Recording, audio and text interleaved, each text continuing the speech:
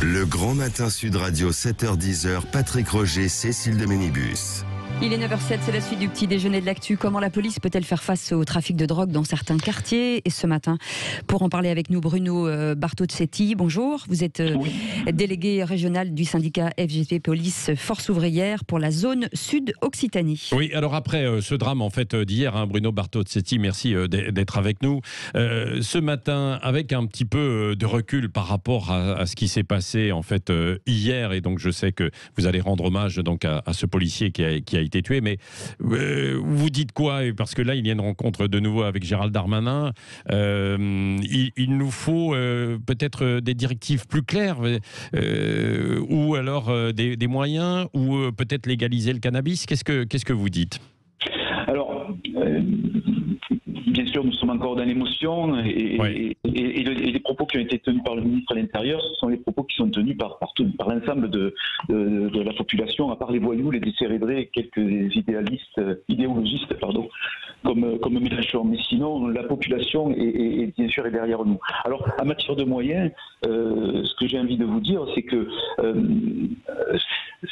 ce sont des moyens sociétaux qu'il nous faut, et puis peut-être aussi donner les moyens à la justice de fonctionner et de réprimer sévèrement ceux qui s'en prennent aux forces de l'ordre, parce que vous savez, ce policier qui s'est fait tirer dessus, ouais, et qui a été mortellement blessé, c'est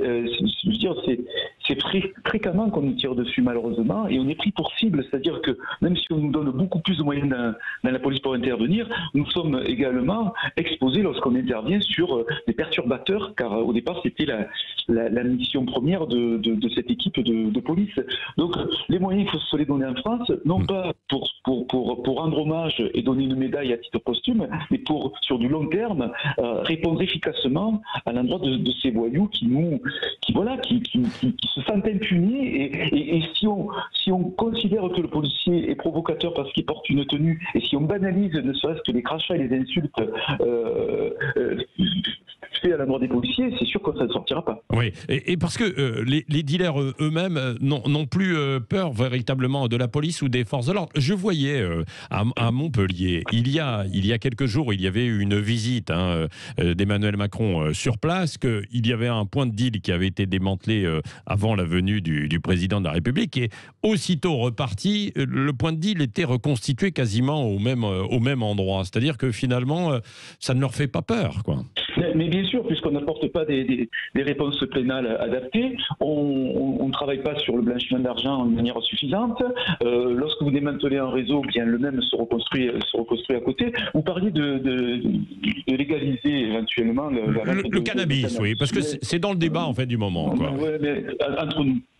Vous croyez que le dealer va pointer à la NPE si on légalise, il trouvera les moyens pour vendre des drogues plus cher ou moins cher et plus dur. Donc c'est un échec total. Il faut, avant de parler de légalisation ou de dépénalisation, avant de pouvoir se coller à certains pays qui ont trouvé des solutions, déjà nous sachons tenir le système. Ça voudrait dire que l'État deviendrait le dealer des acheteurs de cannabis. Non, à mon semble, c'est quand même, pour des raisons politiques, ça me semble très dangereux de partir trop rapidement. Ça dit, il y a bien le tabac d'un côté et puis l'alcool où il y a des taxes aussi, quoi. Alors bon, c'est peut-être un autre débat, Bruno Bartocchetti. Ce qui n'empêche pas la contrebande des cigarettes. Bien sûr, bien sûr.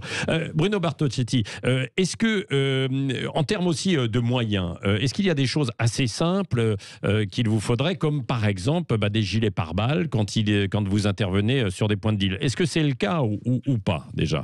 Oui, c'est le cas. Ça ne nous empêche pas d'être touchés dans l'exercice de nos fonctions. Moi, je crois que déjà, la première des choses, ce serait aussi d'intervenir systématiquement à 3 policiers. Vous avez encore des équipages à 2 policiers par voiture. C'est très dangereux d'intervenir dans ces conditions. Voilà, alors, ça demande le recrutement, de la formation, ça demande du temps, mais surtout, il faut répondre efficacement sur ce thème, et non pas pour des raisons seulement électorales. Oui. Mais on voit que c'est les armes qui portent un préjudice, en tout cas c'est un gros problème. Est-ce qu'il n'y a pas un moyen de démanteler justement ces trafics d'armes? Voilà, vous mettez le point sur quelque chose de très important, c'est que nous parlons de trafic de stupéfiants, et ces mêmes dealers sont dans les trafics d'armes, et notamment avec des kalachnikovs dans la plupart du temps. Bien évidemment, là aussi, il y a un travail qui doit être fait bien en amont, c'est-à-dire empêcher peut-être de voir entrer ces armes sur notre territoire national, ainsi que la drogue, et puis après, par la suite, je parlais du blanchiment. Et si vous imaginez, vous imaginez ce que ça entraîne quand on voit, je ne suis pas un économiste, mais quand on voit qu'on parle de vente de drogue dans le PIB en France, ça devient grave quand même. Oui. Gérald Darmanin avait dit il y a quelques semaines, il faut absolument démanteler et s'attaquer à tous les points de deal. Il y avait eu des cartes de recensement de points de deal dans certaines villes, dans certains départements. J'ai le souvenir de Marseille, par exemple, avec des chiffres assez édifiants. Est-ce que ça veut dire qu'il y a une pression de plus en plus forte pour vous, policiers sur le terrain, pour que vous alliez vous attaquer à ces points de deal? Alors, nous les connaissons, ces points de deal, mais lorsqu'on demande des résultats en l'espace de 2-3 mois, et lorsqu'on demande aux magistrats aussi des résultats en l'espace de 2-3 mois, c'est insuffisant. Laissons-nous travailler sur la durée qu'il faut pour faire tomber ce qu'on appelle un lieutenant. Voilà, là vous cassez un système maintenant. Si vous cassez un mini-réseau, le lieutenant, comme on l'appelle en matière de stup, eh bien il va reconstruire son réseau. Ouais. Et voilà, lui c'est une agence d'emploi. Il y aura toujours un guetteur qui prendra du grade et qui deviendra leader. Mais quid des réseaux sociaux aussi, parce que par le biais des réseaux sociaux, il se passe beaucoup de deals aussi.